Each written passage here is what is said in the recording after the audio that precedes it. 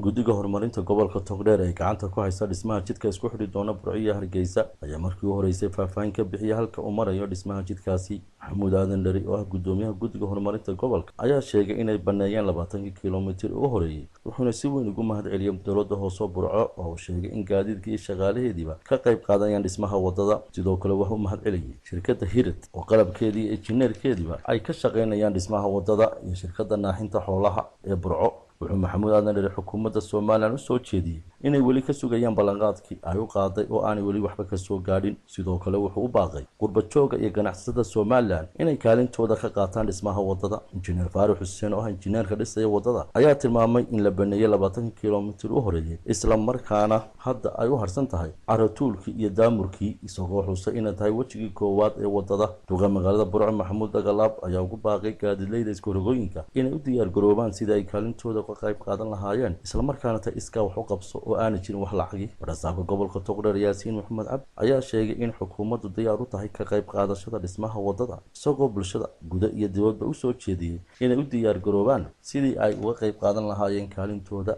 Yuusuf Xaashi oo madaxa xarunta naaxinta xoolaha Burco iyagu bixiyay tabaruc ugu badnaa ayaa sheegay inay biyaha lagu dhisayo wadada ay ku deeqayaan oo ay bixinayaan. waxa kale oo iyaguna halkaasi ka hadlay xubnaha guddiga horumarinta qurbadjoog iyo waxgarad badan, waxaana lagu soo bandhigay goobtaasi ganacsatadii, shirkadihii iyo shakhsiyaadka ka qayb qaatay tabaruca dhaqaale ee lagu dhisayo wadada. Kays Axmed Digaale, Home Cable TV, Burco.